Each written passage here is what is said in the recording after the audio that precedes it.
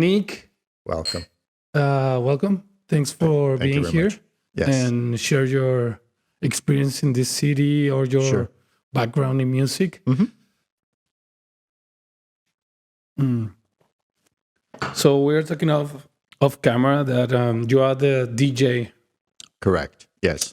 DJ Mixxx. Correct. MIXXX. Okay. And Nick, what is your background here in the city? You are from. You say that you're Italian. I am Italian, but I'm not originally from here. I'm originally from Montreal, believe it or not. I was born and raised in Montreal. Okay. So I started taking guitar lessons because my father was playing by ear. Okay. And I was just fascinated by the guitar. So I started to take some lessons. And I was, 6, 7 years old or something like that. I was really, really young. And then I saw, playing Yankee Doodle day. Didn't really interest me. I wanted to more be like a Jimi Hendrix or something like that. So I started to buy some books and stuff like that and look at how to play lead guitar, slide guitar, and stuff like that. So, in high school, I formed a little band and stuff like that. But really my passion was to mix everything together, right? That was really the passion. Okay. And with just playing the guitar, I couldn't do that. So I decided to be a DJ. And so I started again at about 13 years old to organize events and for young kids, right? They're like 13, 17. So you just right away start to making events, like Yeah. I was playing guitar, so I formed a band. But like I said, it was more playing around than anything else. It was really not professional. We didn't play anywhere except my father's garage. So we didn't get very far, right? Yeah. But with the DJ, it was a little bit different because, like I said, I was hosting events and stuff like that for what I call teeny boppers or teens.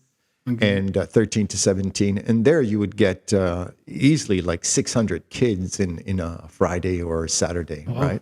So it was quite a great event.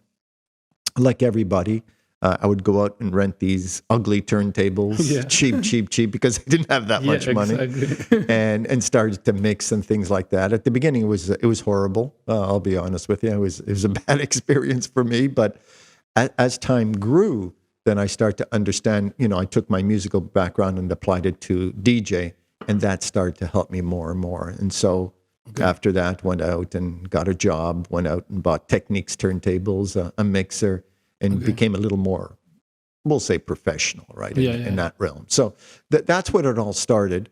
And then, of course, I started to do some different mixes and stuff like that and see how everything corresponded together. And again, taking from the musical background and applying it to the DJ.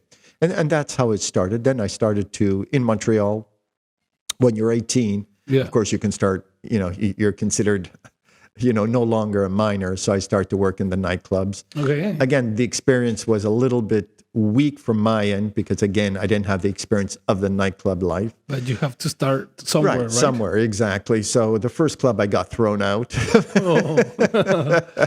But I guess it was a good lesson for me because I went back home and then that was it. I was practicing every day. I was driving my parents crazy every day. But it led to good things because then I started to practice and I started to work into the nightclubs. And when I was just about, very close to about 19 and a half, I kind of competed in New York City for what they called the best DJs, right? Okay. And of course, I was just brand new, but that time was really all records. And they would just slap records on the table and go, you have to listen to these. We'll give you about 10 minutes, and then you got to mix them. Whoa. Make sure your crowd is dancing. Whoa. So that's the type of competition that's really, really gets you on your toes, and you got to be fast, and you got to listen to the music and, really, truly understand what mixes with what. And anything was allowed. So, whether it was, playing the music backwards or whatever got the crowd going. That's old school, right? Like it is all old school. Yeah. But I think it will be like amazing, like with the big LPs. Yes, 12 inches, all of that. Yeah. And I've got like back in Montreal, because I still have them in Montreal. So I got like about 15,000 records. Wow. Back in Montreal. So I have a huge collection. Of course, all dance music, but... when you have to search the music in physical spaces. Correct. No, not just download it. No. Believe me, at the beginning, you grow a lot of muscles because you got to drag all these records around and stuff like that. And when you're moving from club to club, like Correct. you have to bring your own music, right. your own LPs. Now you just have a pen drive and that's it. That's about it. So you see the difference between logging, crates and of course just, putting everything on your hard drive, downloading it. And one of the unfortunate things, of course, today is anybody who's got a computer could be a DJ, right? So nobody goes through that training, as I call it, and really get down to the grindstone and learn everything there is to learn about the music. So, I mean, that's the way I learned. And yes, it's old school, but today I have to thank that old school for where I am today. Yeah. Okay. And after that, you be in New York and go back to Montreal, start like DJ more and DJ more. Correct. Yeah. So after that, I started to go back to Montreal. I mean, I visited a couple of places. I've worked in Club Med. I've worked in Los Angeles. I've worked on radio as well. And today as well, I work at UBC, CITR 101.9 FM. Okay. So I have a radio show 2 hours every Sunday from 3 to 5 p.m. And I just play exclusively Latin music. So it's salsa, bachata, merengue, reggaeton. Okay. So you just change Yeah, it's a complete change because when I was younger, it was mostly hip hop and house music. Yeah. And then disco too. Yeah. And then, of course, as I get older, the kids get younger in the nightclub. Yeah. So it's like, okay, before I get arrested, I need to do something else. And one of the things that always fascinated me was the música caliente. I mean, always, when I heard the Spanish music, I thought it's very close to the Italian music, lively and things like that. So I started to get interest into that. And what I did was I went out and learned how to dance salsa. Okay. So I can understand the music much, much better. Because, when you do hip hop or when you do house music, it's always that beat, right? You have that beat and it's really a little bit easier to mix. Salsa is completely different. There is no beat. So you have to really listen to the music a little more carefully. It's not like merengue or reggaeton or even bachata, which you have a beat, right? Salsa, there is no beat. So it kind of taught me how to listen to the music.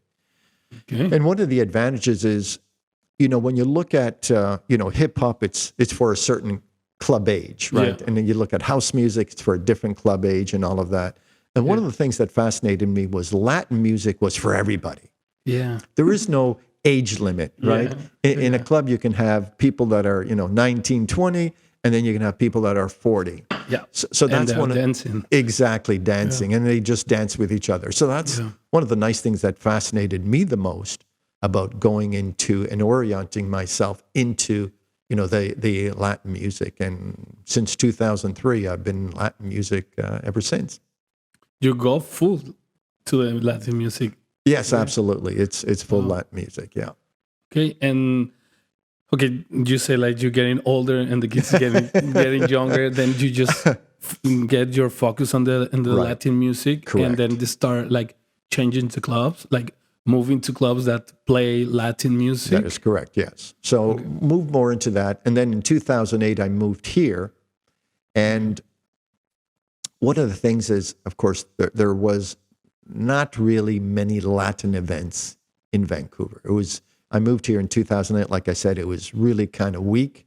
Yeah. There was these places that would play salsa music, but it was mostly just for dancers, not Latinos, but dancers. Okay, yeah, I get it. So that's like, the music there is not continuous. It's not nonstop, right?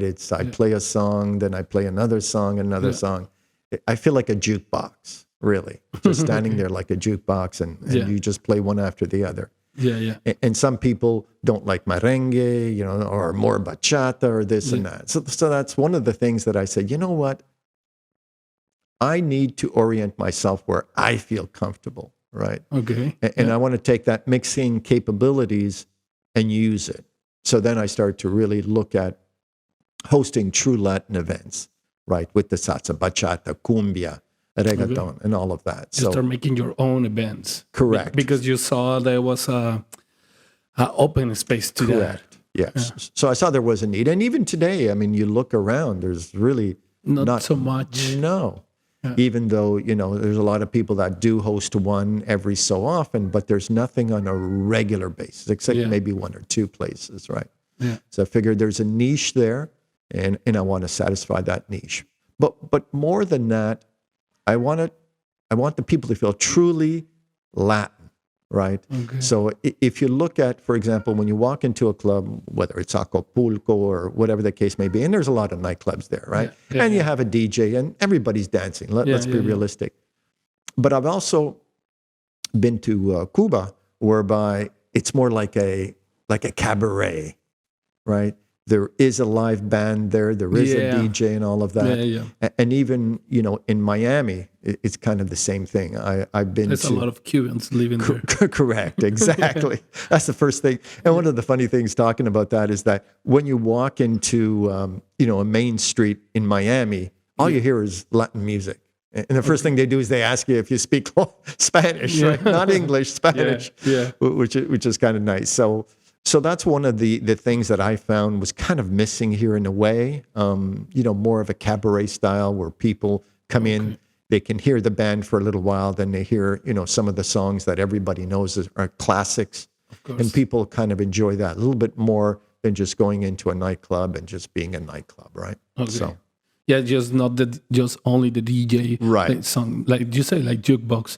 Yeah. Now more much. Live, the live band they're playing. Exactly. And then, of course, the musicians also they need to rest because it's hard to play for 4 hours in a row. Right. Yeah, absolutely. And that's why you alternate kind of the live music, the band with the DJ. Right? Yeah, of course. And of course, a lot of the bands will not play, for example, like bachata. They won't play reggaeton. Yeah. So that's kind of the alternative where the DJ comes in and kind of occupies that space there, right? Yeah, of course. That makes a lot of sense.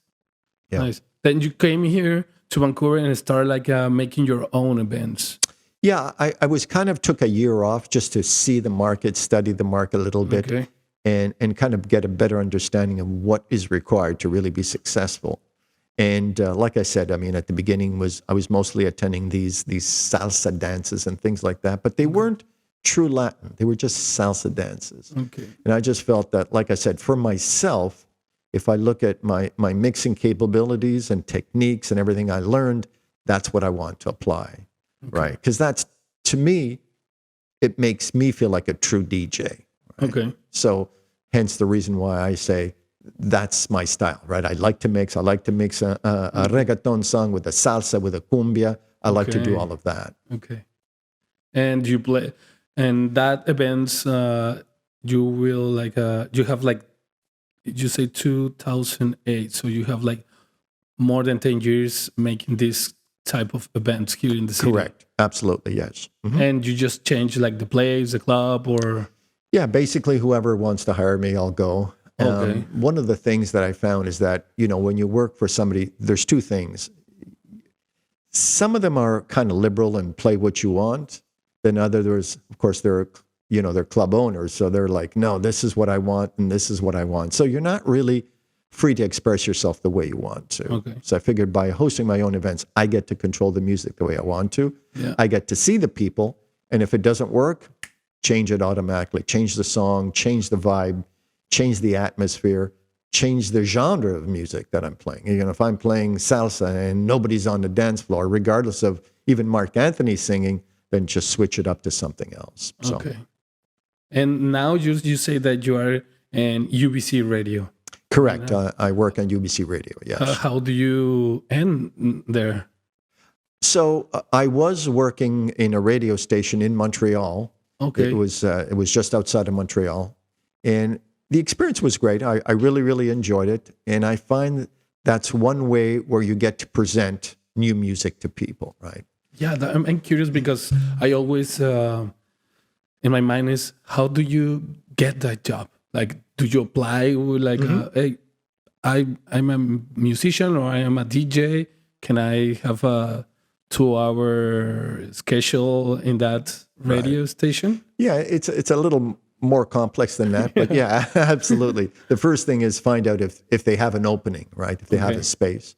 And then after that, you need to make a demo. And the demo was made at the UBC radio campus. At the time, it was the older campus. Now they moved to what they call the Nest.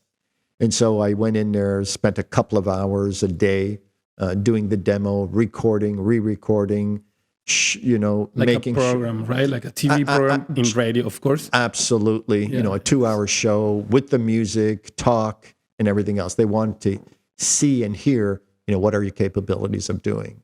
So I did that demo. I still have the original demo back at home. Cool. I don't play it often, but so that's, and then I handed it to the radio station, and they were looking for something which is a little different because they have, English, Russian, Czechoslovakian, all these different. But one of the things that was lacking is something that I was able to provide. And that's, there are some others that are doing Latin music, but they're more based on news, events, and things like that. So there's 2 others. So you just play, sorry for the interruption. No, that's fine. You are not like a talk show in the radio. You just play music, or you also speak like saying, I don't know, what is your program about?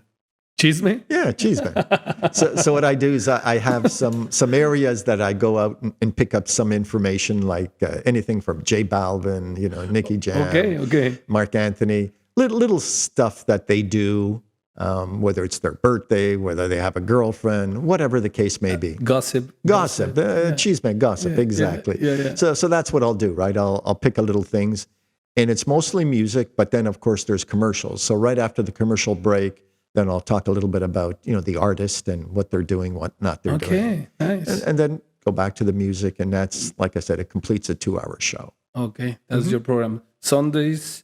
From 3 to 5. Okay. 101.9 FM. Okay. Or CITR.ca. I will try to catch the next program. Okay. Okay, and then you were here in Vancouver. You're like trying to, of course, playing some clubs, also making your own events. Correct. Latin events, because you saw that niche. Correct. It was available. Nobody's making this kind of mix with DJ and live bands, like the orchestras. Right. Playing with the real musicians up there, and correct, and make that more entertaining. I think is more like a live event. Correct. See all the musicians. Nice. Yeah, I think a lot of people enjoy that live event. A lot of Latinos love the fact that they can, see their favorite band or listen to their favorite music. Because, one of the specialties of the bands is they play a lot of those classic songs, right? Yeah. They play the different songs, different genres, but they're all the top 10, if I were to say, over the past numerous amount of years. Mm-hmm. So that entertains the crowd, gets them energized. And then, like I said, DJ kind of offsets that. Doesn't play the same music, obviously, because that would be disrespect to the bands, right?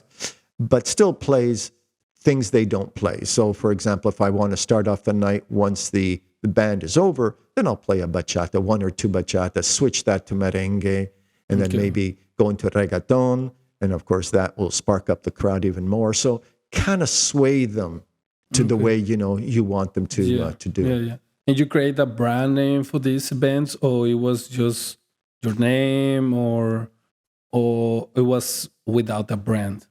No, it is with a brand. Now it's called Salsateka. Salsateka. Yeah. Okay. And that's the house promoter of this salsa, merengue, bachata here in Vancouver. Yes, correct. This kind of events. Mm-hmm. And well, talking with Nadeli, they are now organizing. You are organizing this new place and Tiki Bar.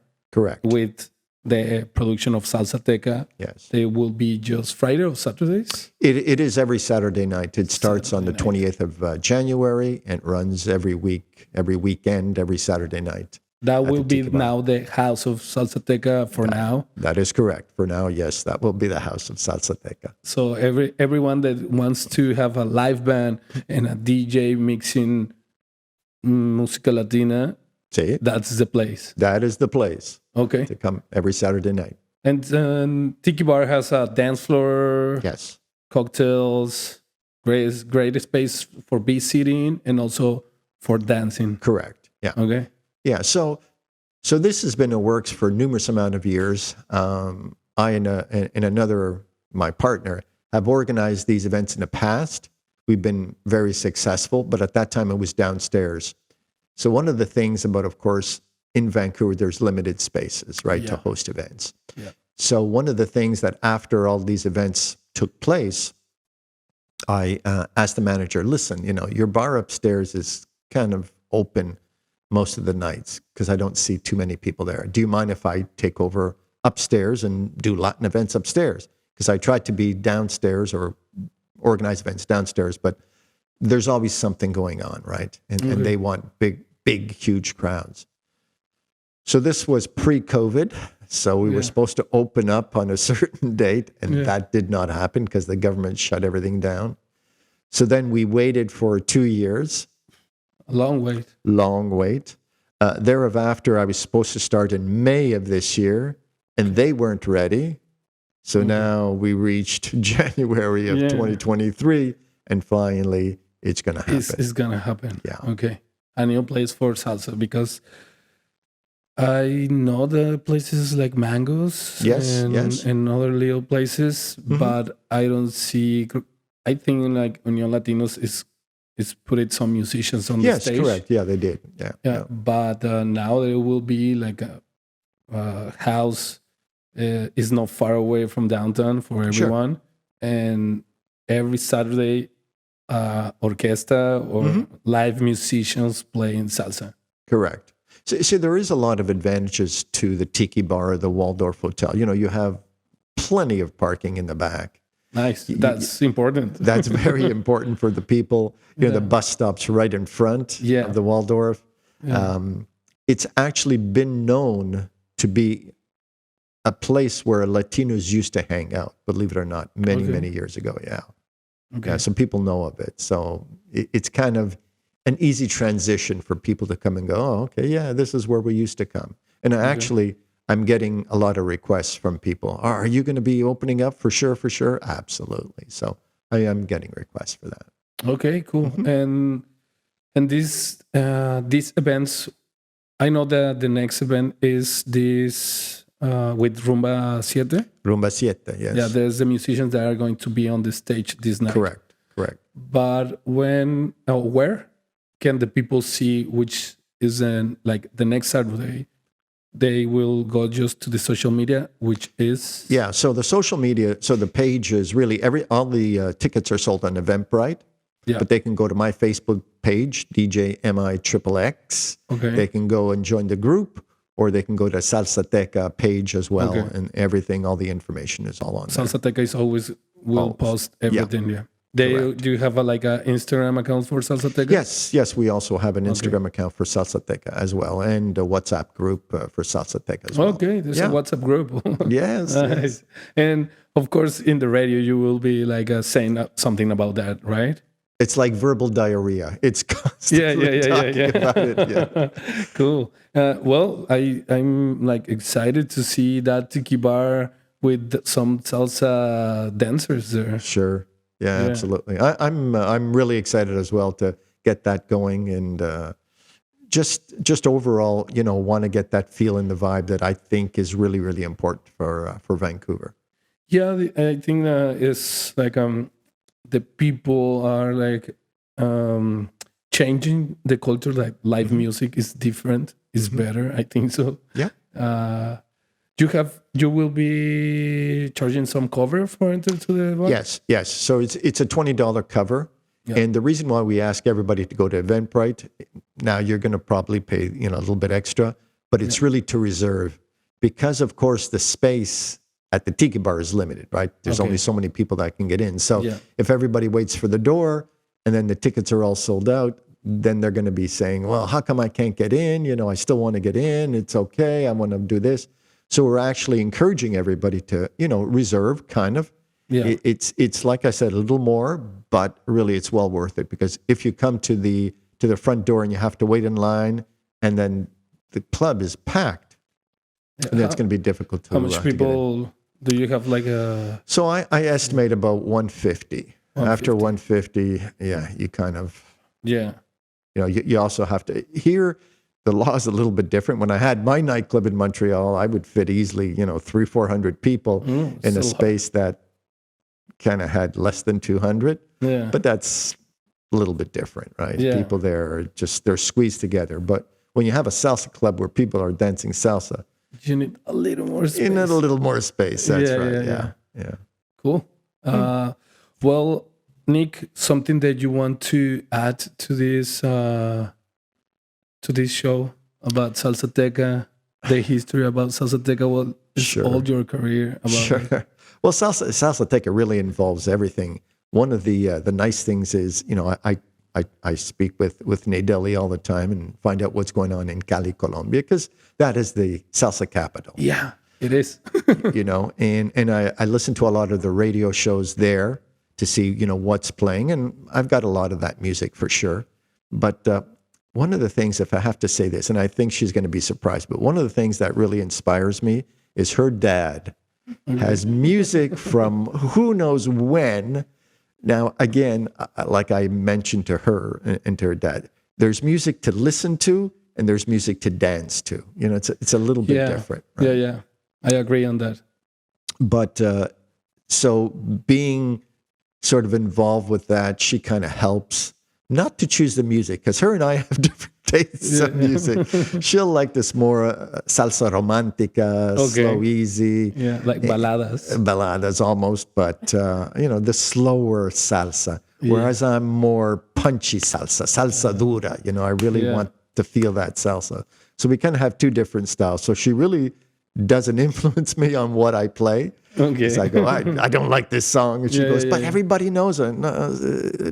Nobody's going to dance to this. It's got to have vibe. Okay. But so that kind of, I ask her about, some of the clubs in Cali. There's La Viejoteca that she tells me about and stuff like that, right, for different people. And so I go online and do research about, what do they play there? Yeah. And they'll play a little bit of everything. They'll play salsa romantica, salsa dura. But I also have to remember that, Cali, or actually any Latin American country, if you go in the street and there's music, they're going to dance.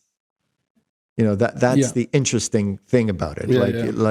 I saw a couple of videos in Cali. I mean, all they have is one person who starts dancing and everybody just congregates, right? And everybody's dancing. They don't know each other and they're dancing with each other. And that's one of the fun things that I really, really enjoy about the Latin culture and Latin community, right? It's very friendly and open. Yeah. So that's kind of where it started.